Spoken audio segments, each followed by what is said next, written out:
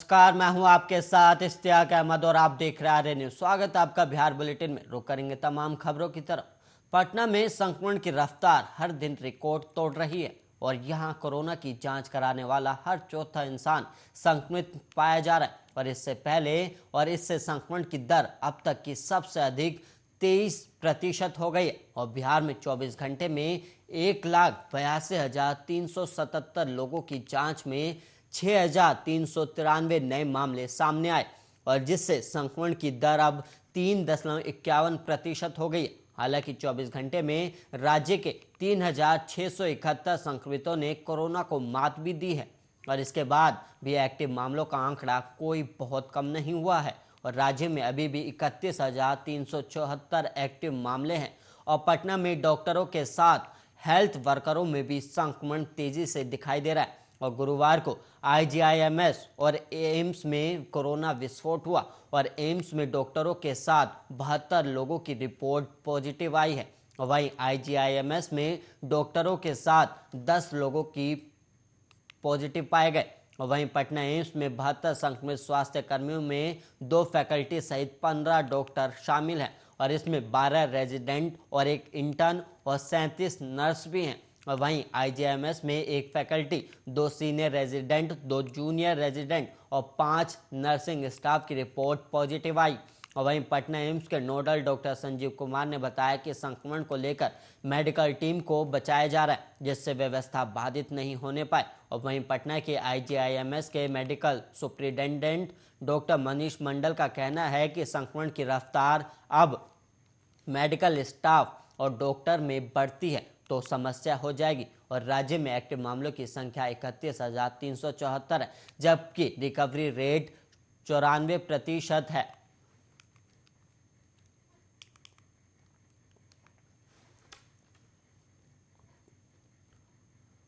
बढ़ेंगे अगली खबर की ओर, जहां पर बिहार विधान परिषद की 24 सीटों पर होने वाले चुनाव को लेकर कांग्रेस और आरजेडी के बीच तनातनी है और महागठबंधन में शामिल दोनों पार्टियां उपचुनाव में अलग अलग उम्मीदवार उतारकर अपना हर्ष देख चुकी है और फिर भी तनातनी है। और उपचुनाव में कांग्रेस आरजेडी साथ लड़ी तो कम से कम तारापुर सीट पर महागठबंधन की जीत हो सकती थी। दरअसल दोनों पार्टियों के बीच यह तनातनी विधानसभा चुनाव 2020 के परिणाम के बाद से ही दिखाई दे रही है और कांग्रेस ने जीत करके 243 में से 70 सीटें ले ली थी लेकिन जीत हासिल नहीं कर पाई और महज सिर्फ 19 सीटों पर ही जीत हासिल की। और इसके बाद आरजेडी के अंदर से गुस्सा भड़का कि कांग्रेस की वजह से ही महागठबंधन की सरकार नहीं बन पाई और तेजस्वी यादव मुख्यमंत्री नहीं बन सके। और वहीं वरिष्ठ नेता शिवानंद तिवारी ने तब कहा था कि 50 सीटों पर कांग्रेस चुनाव लड़ी होती तो महागठबंधन की सरकार बन जाती।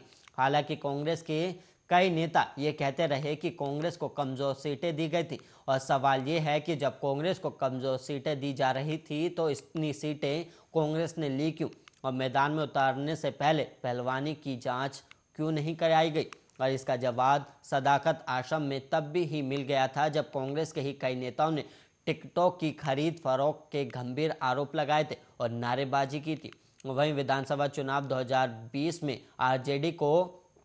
23% जबकि कांग्रेस को 9.48% वोट मिले थे और जेडीयू को 15.39% और बीजेपी को 19.46% वोट मिले, यानी सबसे दमदार वोट शेयर आरजेडी का ही रहा था। और इस लिहाज से आरजेडी के इरादे बुलंद है और इसी के बलबूते आरजेडी अपनी सहयोगी राष्ट्रीय पार्टी कांग्रेस के दबाव में झुकने को तैयार नहीं है।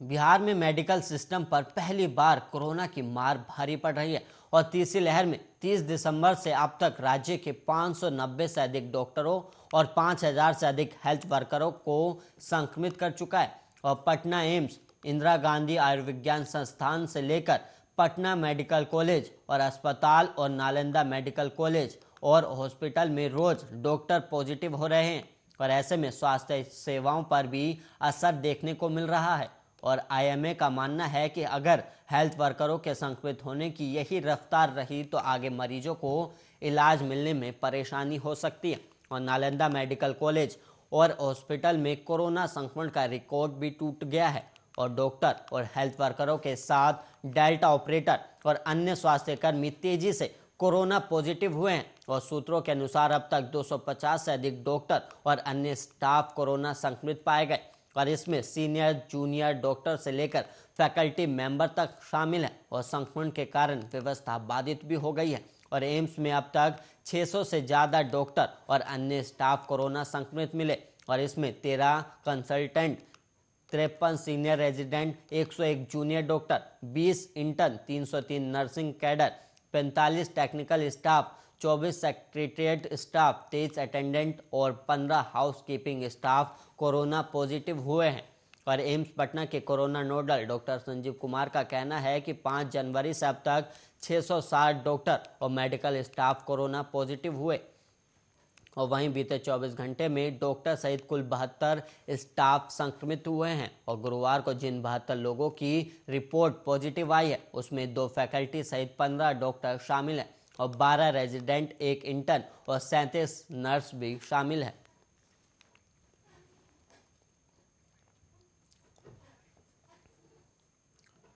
साहित्य अकादमी और पद्मश्री पुरस्कारों से सम्मानित दया प्रकाश सिन्हा की पुस्तक में चक्रवर्ती सम्राट अशोक की तुलना क्रूर शासक औरंगजेब से किए जाने के मामले में पटना में केस दर्ज हो गया है और बीजेपी प्रदेश अध्यक्ष संजय जायसवाल ने इस मामले में पटना के कोतवाली थाने में मामला दर्ज कराया है और दया प्रकाश पर नफरत फैलाने के मामले में केस किया गया और दया प्रकाश के बयान पर बिहार में सबसे पहले जेडीयू के राष्ट्रीय अध्यक्ष लल्लन सिंह ने आपत्ति जाहिर की थी और लल्लन सिंह ने कहा था कि प्रियदर्शी सम्राट अशोक मौर्य बृहद और अखंड भारत के निर्माता थे और उनके बारे में अपमानजनक शब्दों का इस्तेमाल असहनीय और अक्षम्य है। जिस व्यक्ति ने ऐसा किया है वो विकृत विचारधारा से प्रेरित है और इसके बाद जेडीयू के नेता उपेंद्र कुशवाहा भी इसके में सामने आए और मामले पर बीजेपी चौतरफा घिर गई थी क्योंकि ये कहा जा रहा था कि दया प्रकाश सिन्हा बीजेपी के सदस्य और उन्हें बीजेपी की सरकार ने ही साहित्य अकादमी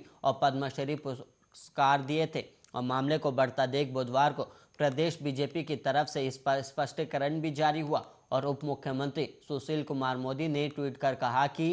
हम अहिंसा और बौद्ध धर्म के प्रवर्तक सम्राट अशोक की कोई भी तुलना औरंगजेब जैसे क्रूर शासक से करने की कड़ी निंदा करते हैं और वहीं सम्राट अशोक पर जिस लेखक ने आपत्तिजनक टिप्पणी की उनका आज ना कोई बीजेपी से कोई संबंध है और ना उनके बयान को बेवजह तूल देने की जरूरत है और बीजेपी का राष्ट्रीय स्तर पर कोई सांस्कृतिक प्रकोष्ठ नहीं है और बीजेपी की सफाई के बावजूद ये मामला थमता दिखाई नहीं दे रहा है और जेडीयू के साथ मांझी की पार्टी हमने राष्ट्रपति और प्रधानमंत्री से दया प्रकाश सिन्हा के सभी पुरस्कार वापस लेने की मांग भी की है और यही नहीं, जेडीयू की तरफ से विभिन्न स्थानों पर दया प्रकाश का पुतला भी जलाया गया और मामलों को बढ़ता देख बीजेपी ने एक बार फिर इससे अपनी कार्रवाई की है और वहीं प्रदेश अध्यक्ष संजय जायसवाल ने दया प्रकाश पर पटना कोतवाली थाने में मामला दर्ज कराया और दया प्रकाश पर नफरत फैलाने का मामला दर्ज किया गया है और इसके साथ ही दया प्रकाश सिन्हा द्वारा विकिपीडिया पर अपने आप को बीजेपी सांस्कृतिक प्रकोष्ठ का राष्ट्रीय संयोजक कहे जाने पर भी केस कराया गया है।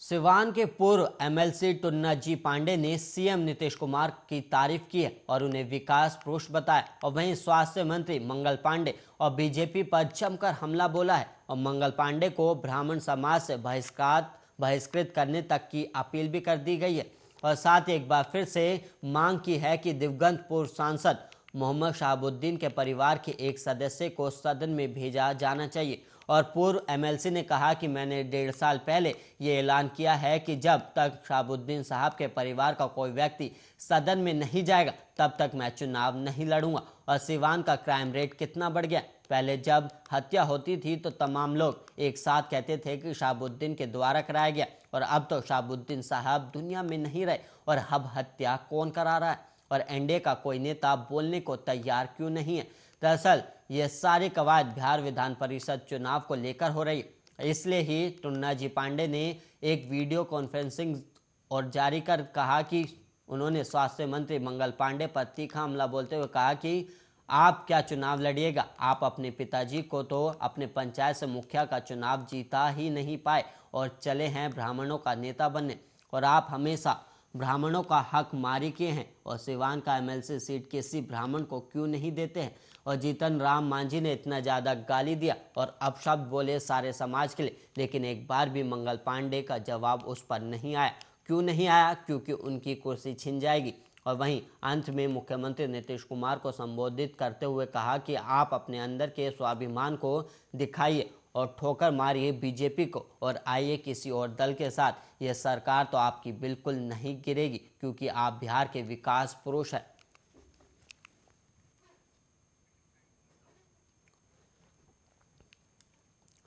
अब वहीं एक गाना अपलोड किया गया जो इसका नाम है सुने पीएम चाचा गरीब के अर्जिया, गाकर मुजफ्फरपुर की सिंगर इंदु देवी ने पीएम मोदी से अपील की है। और उन्होंने गीत गाकर पीएम नरेंद्र मोदी से आग्रह किया कि जिस तरह निषाद राज ने भगवान श्री राम को उनके संकट की घड़ी में उनकी नैया पार लगाई थी, उसके बदले जब आज उनके वंशों की नैया बीच मझधार में फंसी है तो निषाद समाज केंद्र सरकार से अपना हक मांग रहा है। और पटना में आयोजित कार्यक्रम में वीआईपी के राष्ट्रीय प्रवक्ता देवज्योति ने मुजफ्फरपुर की रहने वाली इंदु देवी को वीआईपी की तरफ से सम्मानित करते हुए 25,000 रुपये का चेक सौंपा और साथ ही उन्हें यूपी चुनाव के लिए पार्टी की ओर से स्टार प्रचारक बनाया गया। और राष्ट्रीय प्रवक्ता देवज्योति ने कहा कि नशा मुक्ति अभियान से जुड़ी इंदु देवी अत्यंत साधारण परिवार से ताल्लुक रखती है और गरीबी से लड़ते हुए उन्होंने अपने गायन के माध्यम से समाज को जागरूक करने का काम किया है। और उन्होंने जिस खूबसूरती से अपने गीत को प्रस्तुत करते हुए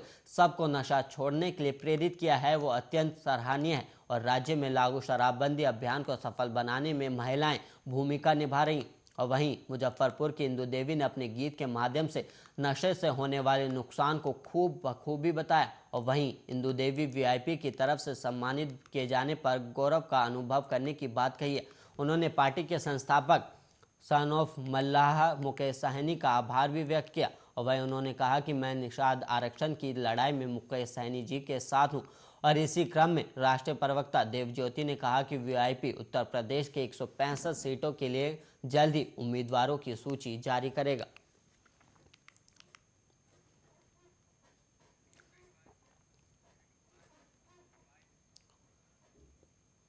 और वहीं बिहार में पहली बार कोरोना का पावर चेक किया जा रहा है। तीसरी लहर में वैक्सीन कोरोना पर कितनी प्रभावी हुई और डोज पूरी नहीं करने वालों पर क्या प्रभाव पड़ा, इसकी पड़ताल भी की जा रही। और संस्थान शोध के लिए एक बड़ी टीम को लगाया गया है जो मेडिकल सुपरिंटेंडेंट की देखरेख में एक एक संक्रमित पर स्टडी कर रही है। और संस्थान का कहना है कि कोरोना के संक्रमण से जुड़ी हर तरह की जानकारी जुटाई जा रही और इससे ये पता लगाया जा सके कि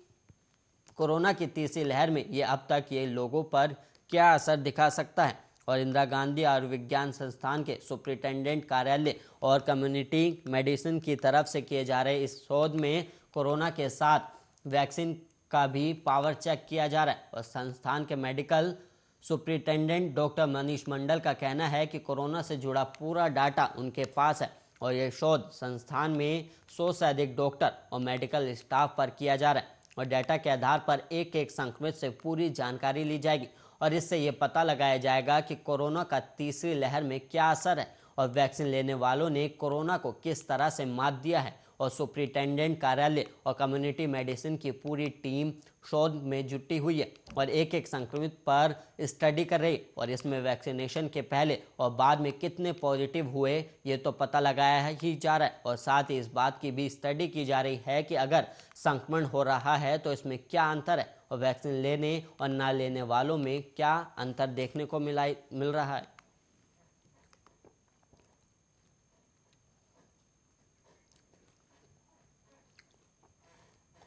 समस्तीपुर के एक सरकारी स्कूल के हवाई जहाज जैसी लाइब्रेरी आकर्षण का केंद्र बनी हुई है और कोरोना के बाद स्कूल खुलते ही बच्चे हवाई जहाज में सफर करने की अनुभूति प्राप्त कर सकेंगे। और वहीं मोहिद्दीन नगर उत्क्रमित मध्य विद्यालय शिवसिंहपुर के हेडमास्टर मेघन सहनी ने खुद 2 लाख रुपए की लागत से विद्यालय की छत इसका निर्माण कराया और यहाँ 25 छात्र एक साथ बैठकर पढ़ाई कर सकेंगे और इसे पूरी तरह से हवाई जहाज का रूप दिया गया। और इसका भारी और अंदर स्वरूप भी हवाई जहाज की तरह ही दिखाई दिया गया और इसके अंदर बैठकर छात्र किसी भी पुस्तक को पढ़ सकेंगे और ये अपनी तरह का जिले का पहला नवाचार है और इसमें हवाई जहाज की तरह सीटें लगाने की व्यवस्था भी की जा रही और इसमें अंदर बैठकर हवाई जहाज में बैठने जैसा महसूस भी किया जा सकता है और यह आकृति विद्यालय के एक छोटे से छत पर बनी है और इसमें हवाई जहाज के पहिए भी दिखाई दिए गए हैं और विमान में चढ़ने के लिए सीढ़ियों के साथ साथ दरवाजे भी लगाए गए हैं और अत्याधुनिक लाइटिंग से सुसज्जित विमान की लाइट देखने लायक है और इसे अंदर और बाहर से पूरी तरह हवाई जहाज का कलर और डिजाइन भी किया गया जिस पर शिक्षा उड़ान लिखा गया और इसका उद्घाटन स्थानीय विधायक राजेश कुमार सिंह ने किया और उन्होंने कहा कि इसकी कलाकृति से दूसरे विद्यालयों को भी सीख लेने की जरूरत है और इससे छात्र विद्यालय में आने के लिए प्रेरित होते हैं और हेडमास्टर मेगन सैनी ने बताया कि मुझे कुछ स्कूलों के आर्किटेक्ट देखकर ये प्रेरणा मिली थी लेकिन सरकारी तौर पर पैसों की व्यवस्था नहीं थी और हमने मन में ठान लिया कि इसे अपने खुद के पैसों से बनवाएंगे और आज ये बनकर तैयार है तो मुझे काफ़ी खुशी होती है और उन्होंने बताया कि इसे बनाने में करीब 2 लाख से ज़्यादा रुपए लग गए और अभी कुछ काम और भी बाकी है और छात्रों को आकर्षित करने के लिए हमने ये कदम उठाया था और स्कूल का यह बदला स्वरूप बच्चों को खूब भी भा रहा है और इससे बनने आने में हमने दिन रात एक कर दिया जिसका ये सकारात्मक परिणाम सामने आया है।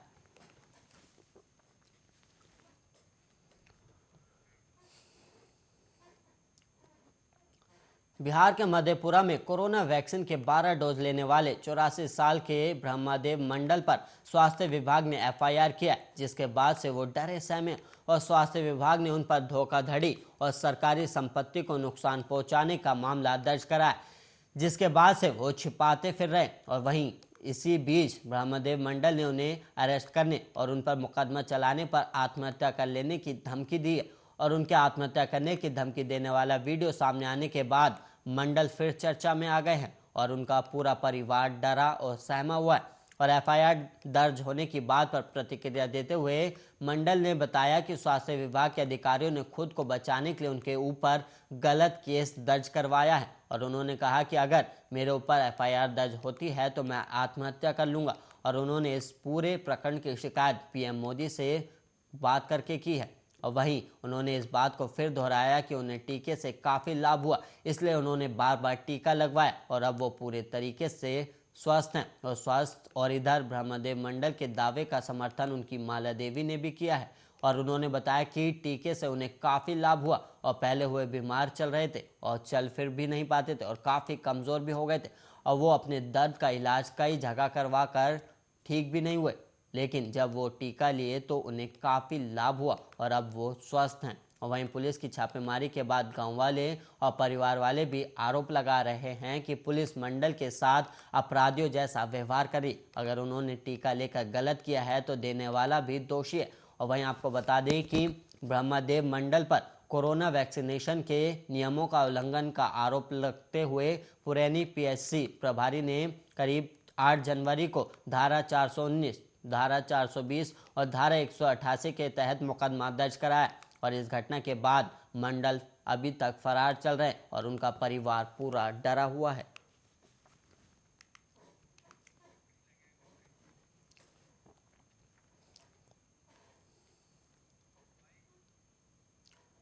और वहीं नालंदा के बिहार शरीफ में बदमाशों ने एक ज्वेलर की गोली मारकर हत्या कर दी और लूट के बाद बदमाशों ने दुकान मालिक पर एक के बाद एक 6 फायर किए और एसपी ऑफिस से 300 मीटर दूर इस वारदात को अंजाम दिया गया और गंभीर हालत में उन्हें पीएमसीएच पटना रेफर किया गया था जहां उनकी मौत हो गई और लूट की रकम को लेकर अभी जानकारी नहीं मिल पाई है और मामला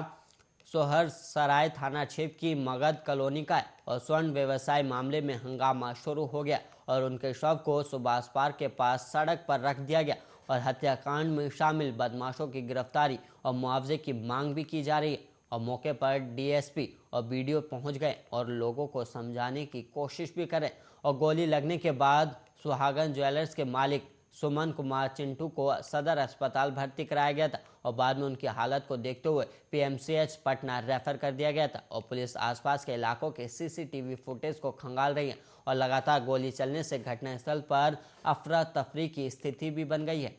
और वहीं जो वहां पे लोग खड़े थे उन्होंने बताया कि पहले तो 5 बदमाश खरीदार बनकर दुकान के अंदर घुसे थे और इसके बाद दुकानदार और बदमाशों में बहस और झड़प हो गई और कुछ ही देर में बदमाशों ने दुकानदार को गोली मार दी और इसके बाद फायरिंग करते हुए मौके से फरार हो गए और पुलिस आसपास के लोगों से भी पूछताछ कर रही है और दुकानदार के परिजन की ओर से अभी तक कोई बयान सामने नहीं आया और दिन दहाड़े हुई लूट से लोगों में भय का माहौल बना हुआ है।